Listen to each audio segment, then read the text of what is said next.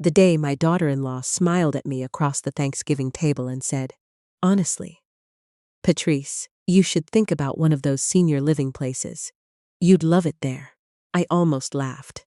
Not because she was wrong about me needing a change, but because she had absolutely no idea that the house she was sitting in, the food on the table she was eating, and the neighborhood her children walked to school in every morning existed because of me.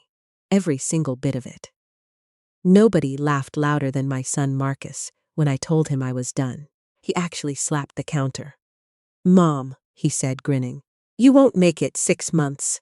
3 months later, he was calling me in a panic about a letter from the county tax assessor's office. I want to tell you how we got there. All of it. Because this story didn't start at that Thanksgiving table, and it didn't end with a phone call about property taxes.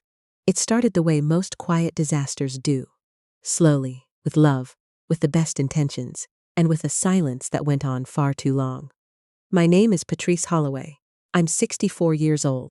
I spent 31 years married to a man named Gerald who built things with his hands, custom cabinetry, mostly, and who died of a heart attack on a Tuesday morning in March, 11 years ago.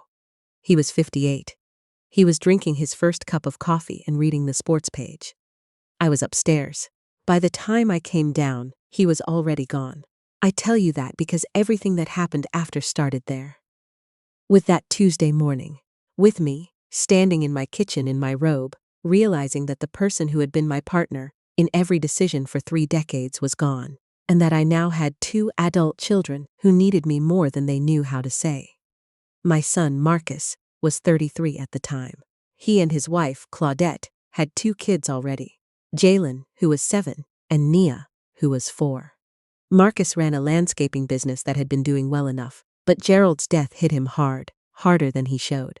He started bidding jobs too low just to keep busy, losing money on contracts he should have turned down, too proud to ask anyone what was wrong.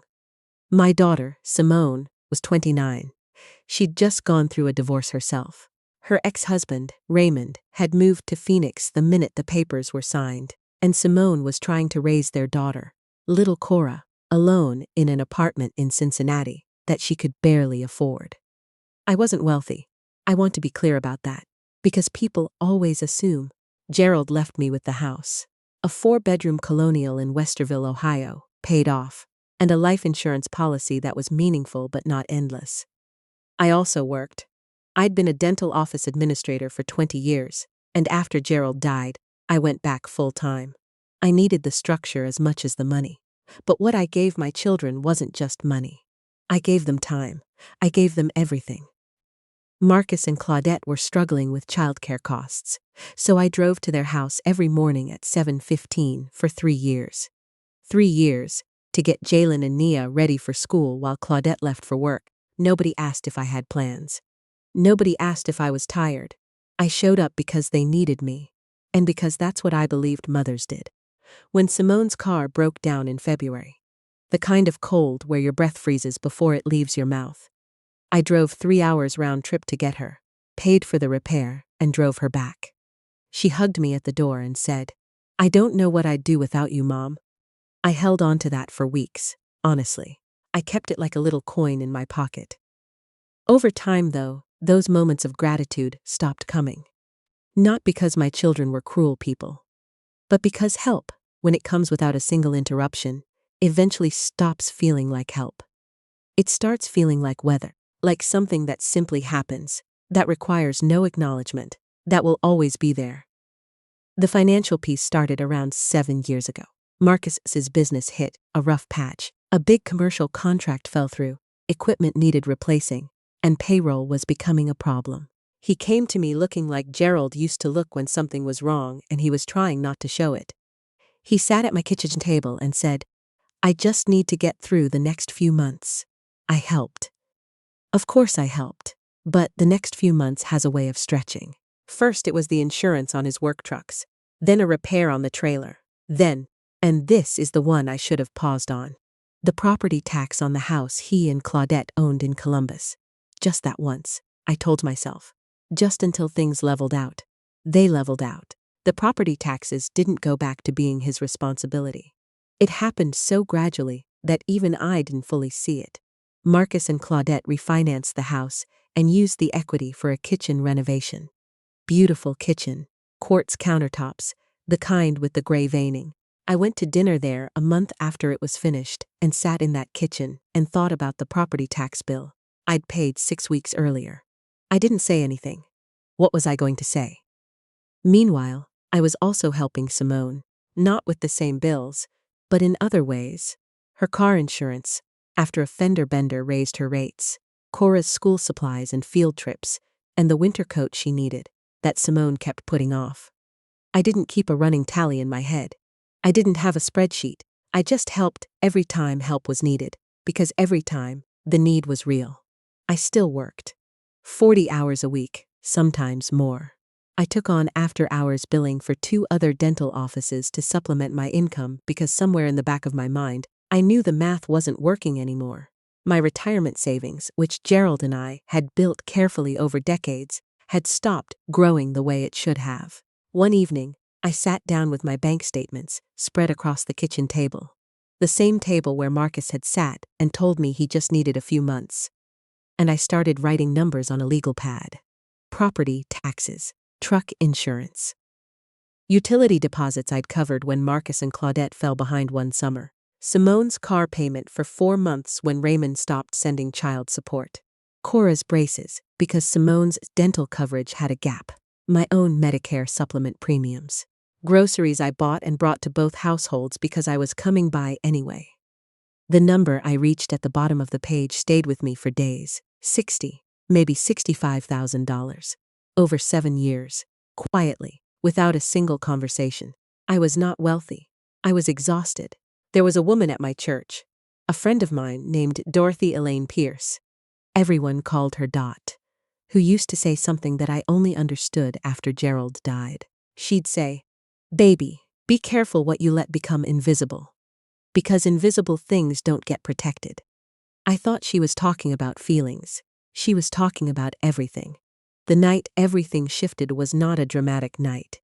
It was a Sunday in late September. Marcus and Claudette hosted dinner at their house, the quartz countertop kitchen, and I arrived early, as usual, and helped Claudette get the food ready, as usual, and sat at the end of the table where I always sat.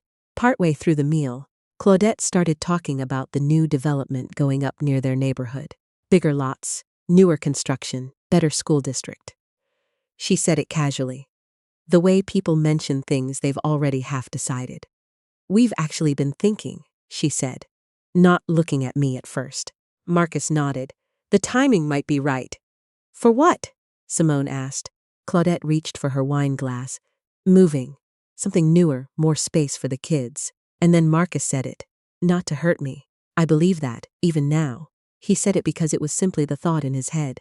"Besides," he said, "if Mom downsized, we wouldn't need the extra room she's always using when she visits." Claudette smiled. "There are some great 55-plus communities not too far from here. Low maintenance. You wouldn't have all that yard to worry about, Patrice." Several people at the table nodded. My granddaughter Nia looked at me, and then looked back at her plate. She was 13. She understood more than the adults assumed. I kept eating. I said something polite. I don't even remember what. But inside, something very quiet happened. Not anger. Not yet. Clarity. The kind that comes when you finally stop arguing with what you already know. I was 63 years old. I had worked full-time for 4 decades. I had kept 2 households afloat for 7 years. I had driven in ice storms and filled out paperwork and written checks that nobody mentioned at Sunday dinners. And the conversation happening around me was about where I should go so that someone else could have more space. After dinner, I helped clear the table, as usual. I washed the serving dishes, and whilst I stood at the sink, with the water running, my granddaughter Nia came in and stood next to me. She didn't say anything for a moment, just picked up a dish towel and started drying without being asked. Then she said, quietly, "You okay, Grandma?" "I'm fine, sweetheart." She looked at me sideways, the way teenagers do when they know you're lying, but respect you enough not to push. "You did all the cooking," she said, "and you're doing the dishes." "I don't mind." She put the dish down. "I mind," she said. Then she walked back out. I stood at that sink for another 10 minutes. The water had gone cold. and I made a decision that felt less like deciding and more like finally stopping the pretending. I drove home that night and didn't sleep. I sat in Gerald's old chair. I'd reupholstered it twice, but never replaced it. And I thought about what my life actually looked like versus what everyone assumed it looked like. And I thought about Dot's words, about what happens to invisible things. I started looking at apartments the following week. Not because I needed to leave my house. I owned my house free and clear. But because I needed to change what I was doing inside it. I needed distance.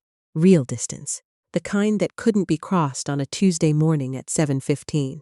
I found a condo on the other side of Columbus, near Easton. A small place, second floor, with a covered balcony that looked out over a courtyard with maple trees. It was bright and quiet and completely mine. I signed the lease on a Thursday afternoon in October, and on the drive home, I cried for about 20 minutes. Not because I was sad, but because I'd forgotten what it felt like to make a decision based entirely on what I wanted. I didn't tell anyone I was moving. Not yet. I spent the next 3 weeks going through my house room by room. Not everything could come with me. The condo was smaller, and honestly, some of what I owned belonged to a version of my life that I was choosing to leave behind. I kept Gerald's chair. I kept the quilt my grandmother made.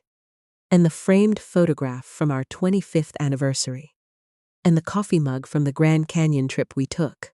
When Marcus was 12, and Simone was 8, and we thought we had all the time in the world. I found Marcus's Little League trophies in the back of a closet. I sat on the floor for a while with them in my lap, remembering the boy who would run to me after every game, win or lose, just to find my face in the crowd. He always needed to find my face first. I thought about that boy. And then I thought about the man who had laughed and said I wouldn't last 6 months. The week before the movers came, I sat down with my laptop and did something I had been putting off for 7 years. I opened every account connected to properties or bills that weren't mine. I made a list. I verified dates. And then I called my own accountant, a woman I'd used for years named Frances Okafor, and asked her to help me document everything. Frances went quiet for a long time when I showed her the numbers. "Patrice," she said finally, "you know this changes your retirement picture significantly." "I know. Have you talked to your children about any of this?" "I'm about to. I hadn't decided to send them the records yet. That came later. First, I had to move. Moving day was a Wednesday in early November. I'd hired a small crew, 3 men who were efficient and kind and didn't ask questions. They arrived at 8.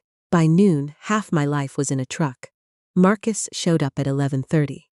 I hadn't told him the movers were coming. Nia had apparently mentioned something to Claudette, who told Marcus.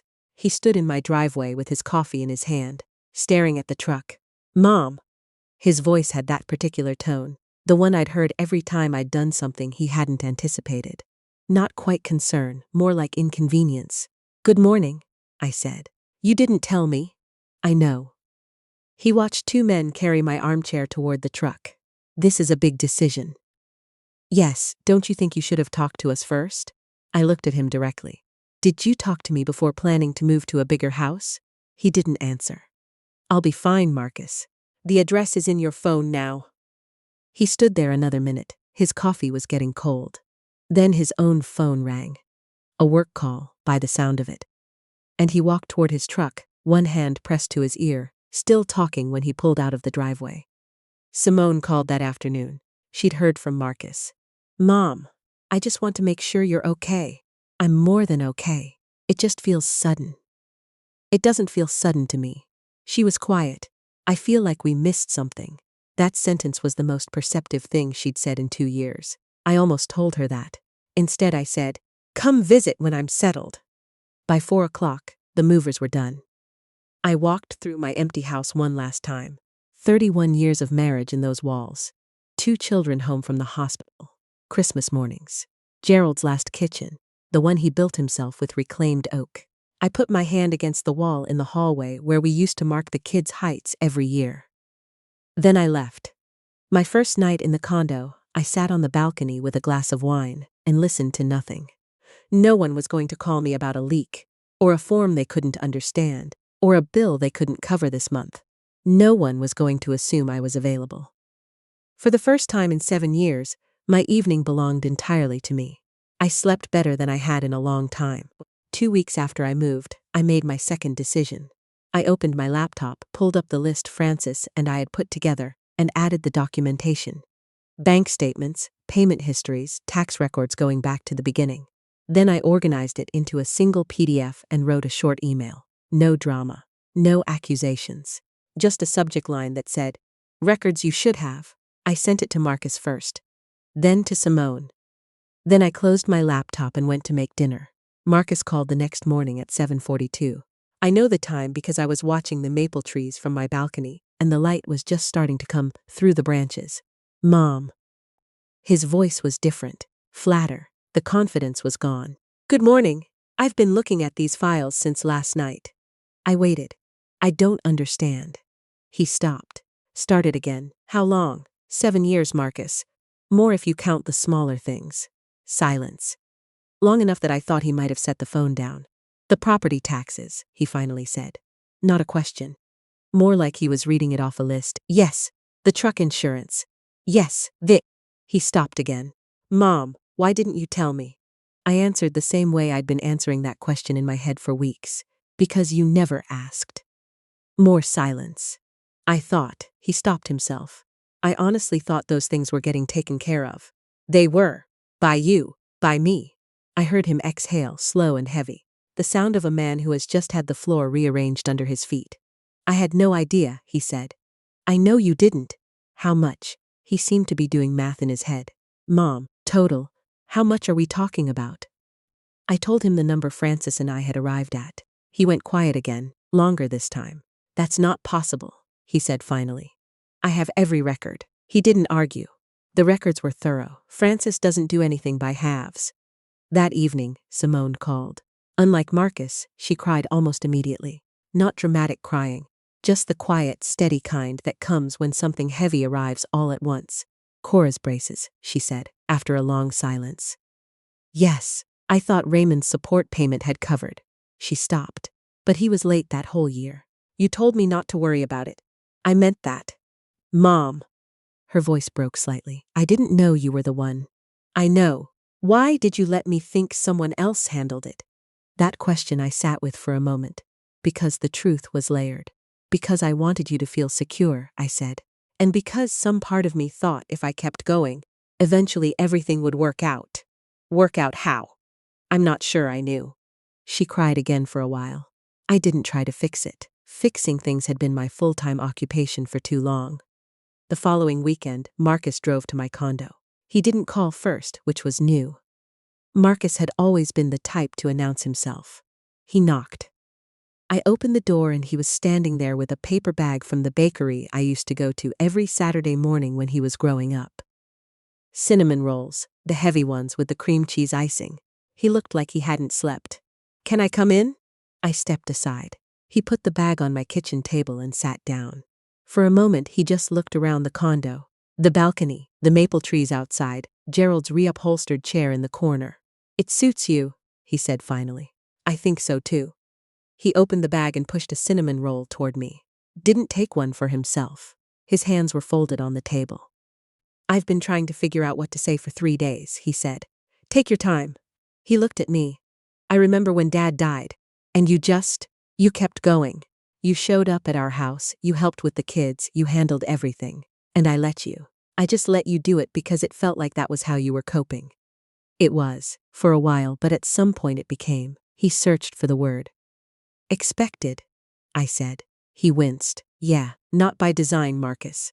I know that. Still." He exhaled. "Mom." Claudette and I sat down this week and actually looked at our finances for the first time in a long time. Really looked. He shook his head. "We've been living like the bills just took care of themselves." "They did," I said.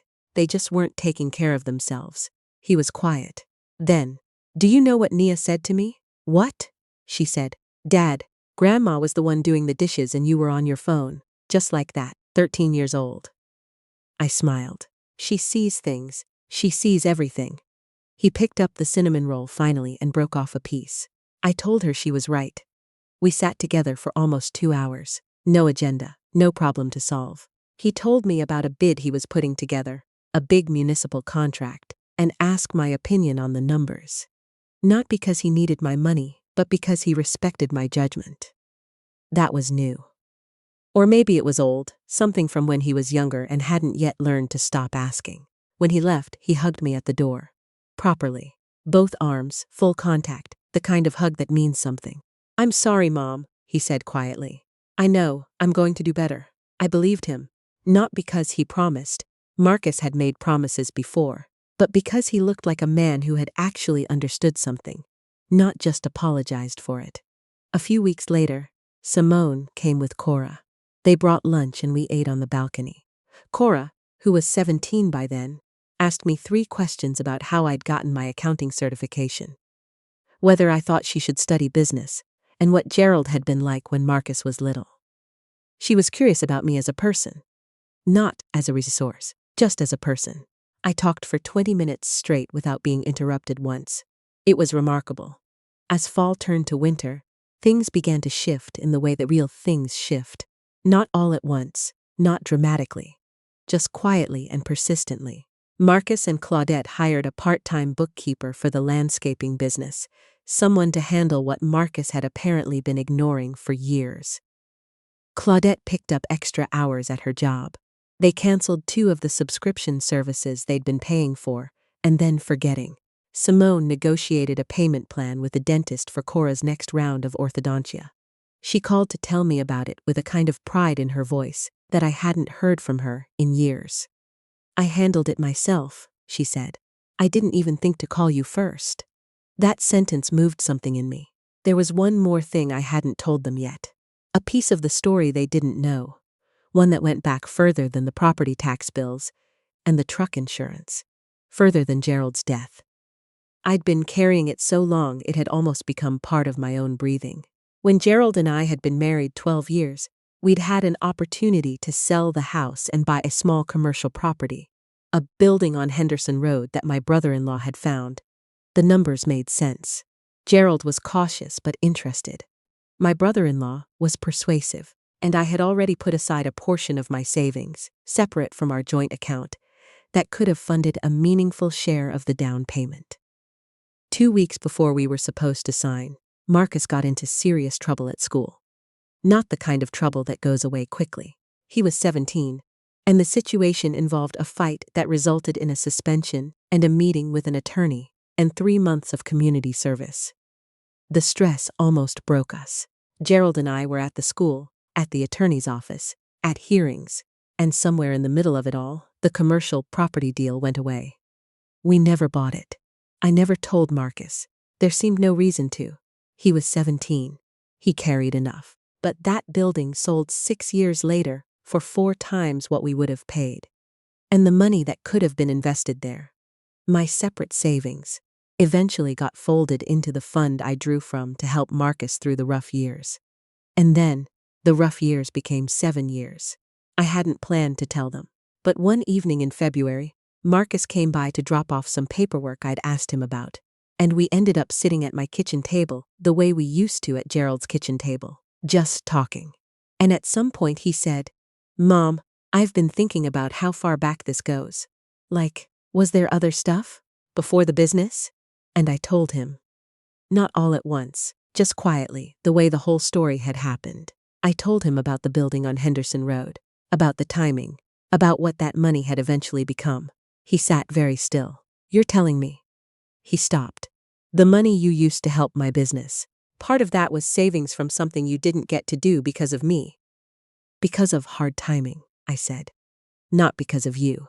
But the timing was about me." I didn't argue. He didn't say anything for a long moment. When he finally spoke, his voice was lower than usual. "Dad never mentioned it. Your father protected you the same way I did. That's what we both wanted." Marcus put his hands over his face. Not crying, just still. The way people go still when something lands and there's nowhere for it to go. "I don't know how to hold all of this," he said. "You don't have to hold it all at once." He lowered his hands, looked at me. "What do you need, Mom? Like actually, what do you need from us?" The question surprised me. Not because it was complicated, but because no one had asked it in years. Maybe ever. I thought about it. "Show up," I said finally. Not because there's a problem. Not because something needs fixing. Just show up. Call me because you want to hear my voice. Come by because you want to sit with me. Ask me how I'm sleeping. Ask me what I've been reading. He nodded. His jaw was tight. That's it, he said. That's everything.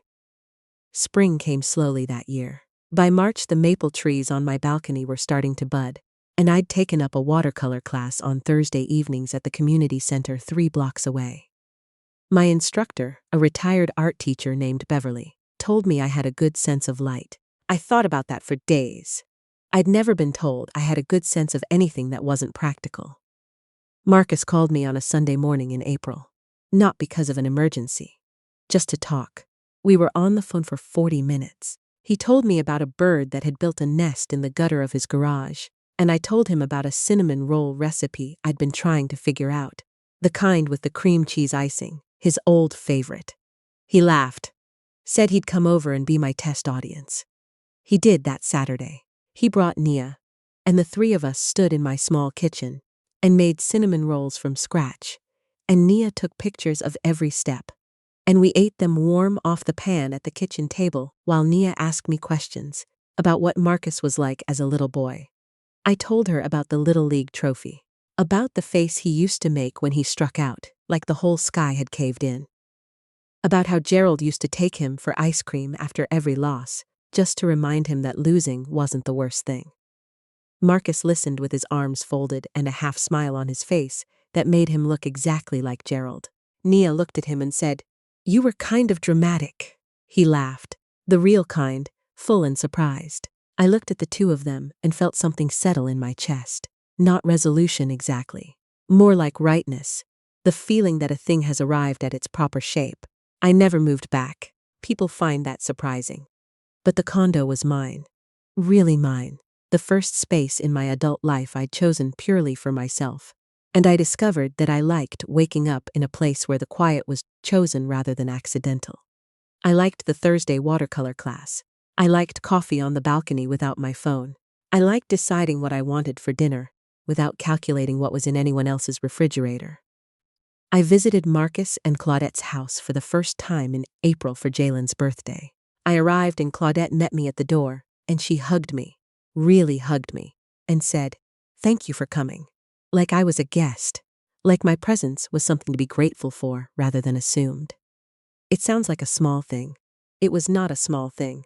At dinner, Marcus stood up at the table the way Gerald used to stand up for toasts. He held his glass and looked at me. "Mom," he said. And then he stopped for a second, like he was choosing the words carefully. "You carried more than any of us knew.